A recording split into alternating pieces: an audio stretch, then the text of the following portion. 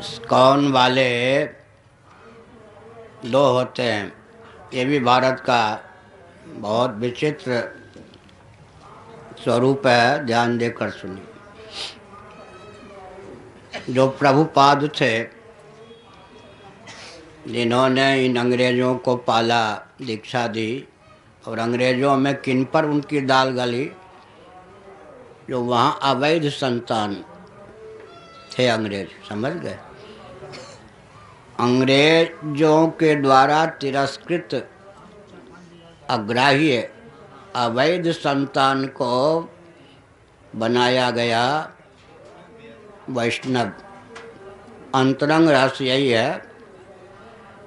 तो वृंदावन में रहते थे, मैं भी वृंदावन में रहता हूँ, मुझसे कुछ छिपा हुआ नहीं है और मैं उधर उधर झांकता भी नहीं। मेरे तो अभी भी 6:30 बजे से 10:30 बजे तक तो मैं कंप्यूटर पर ग्रंथ लिखता रहता हूँ। लेकिन पता है, अब वो उनकी परंपरा में जो अंग्रेज शिष्य हैं, वो अपने को हिंदू नहीं कहते। और उन्होंने जो हिंदुओं को शिष्य बनाया, वो हिंदू अपने को इस्कॉन वाले कहते। बौद्धिक धरातल पर देश का विभाजन हुआ या नहीं? माने जो आंसू पोंछने आता है वो भी आंसू दे जाता है। कितनी बड़ी कूटनीति है, समझ गए या नहीं? उन्होंने कहा कि मैं तुम्हें दीक्षा दूंगा, लेकिन हिंदुओं को दीक्षा तुम दोगे। अपनी बिरादरी में ही अंग्रेजों के द्वारा ही जो उपेक्षित थे, उनके आंसू ही नहीं पोंछा।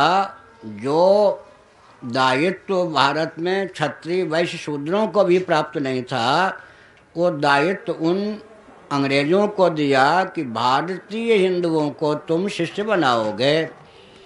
फिर दंड भी पकड़ा दिया गया, कासाय वस्त्र भी पकड़ा दिया गया, गायत्री मंत्र भी पकड़ा दिया गया।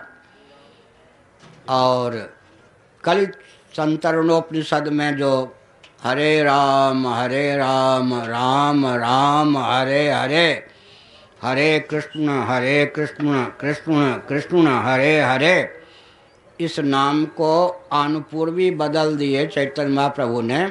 हरे कृष्ण पहले कहा ताकि श्रुति है, इसमें सबका अधिकार हो जाए। इस महामंत्र का अनुपूर्वी घटित नहीं। वो लोग संकीर्तन भी करने लगे। अब यज्ञों पवित्र जो हर हिंदू को भी सुलभ नहीं था, वो भी धारण करने लग गए, समझ गए। और अंदर का आहार विहार अगर आप लोग जान लेंगे तो आंख उठा के नहीं देखेंगे, हमको सब मालूम। अब वो अगर कहते हैं जय सिया राम, तो श्रीमद् भागवत के 11 स्कंध में है कि भगवान का जो शास्त्र सम्मत नाम है, अपभ्रंश को प्राप्त हो जाए और भगवत बुद्धि से उसका संकीर्तन हो, तो भी भगवान द्रवित होते हैं। इतना अंश ठीक है कि सिया राम नहीं सीता राम होता है। और यहाँ कीर्तन होता है, रामा रामा क्या क्या बोलते जाते हैं लोग।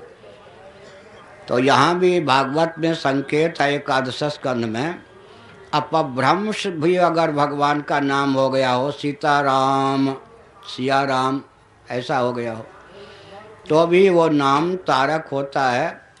अध्यात्म रामायण देख लीजिए, तुलसीदास जी ने लिखा उल्टा नाम, यहाँ तक कि उल्टा नाम राम मरा, मार होता है वैसे राम मरा, उल्टा नाम जप करके भी तो भगवत बुद्धि से सिया राम करते हैं। जय सिया राम, जय जय सिया राम। तो राम तो ठीक ही है, जय भी ठीक है। सिया राम सीता राम होता है, लेकिन सिया राम मैं सब जग जानी तुलसीदास जी ने लिखा। तो सिया राम जब लिखा तुलसीदास जी ने, तो सीता राम तो नहीं लिखा ना। तो तुलसीदास जी ने भूल तो नहीं किया, अपभ्रंश है सिया राम। सिया राम अपभ्रंश है, लेकिन रामचरितमानस में भी तो सिया राम माने सीता राम, यही ना, सीता राम। तो अपभ्रंश शब्द भी तारक हो जाता है, इसलिए उसके संकीर्तन करने में कोई भूल नहीं है, अपराध नहीं है। और बन सके तो शुद्ध शब्द जब प्राप्त है तो अपभ्रंश का आलम्बन न लेकर कीर्तन करें तो बहुत अच्छा। अगर करते हैं तो भी भागवत के अनुसार फलप्रद है। और रामचरितमानस में तो सिया राम में सब जग जाने लिखा है। सिया राम का अर्थ सीताराम ही करना पड़ता है। अपभ्रंश वाले शब्द भी, नामाभास भी तारक होते हैं। नारायण नाम तो भगवान का है। पुत्र बुद्धि से अजामिल ने अपने बेटे को पुकारा नारायण नाम से, वो नाम भी फलीभूत हो गया। यमदूतों को भगाने में समर्थ हो गया, देवदूतों को के दर्शन देने में समर्थ हो गया, मृत्यु के गर्भ से भी प्रकट हो गए, जीवित हो गए, तो भवतारक बन गया पुत्र। तो नामाभास उसको कहा गया है। तो नामाभास भी तारक, बस हो गया।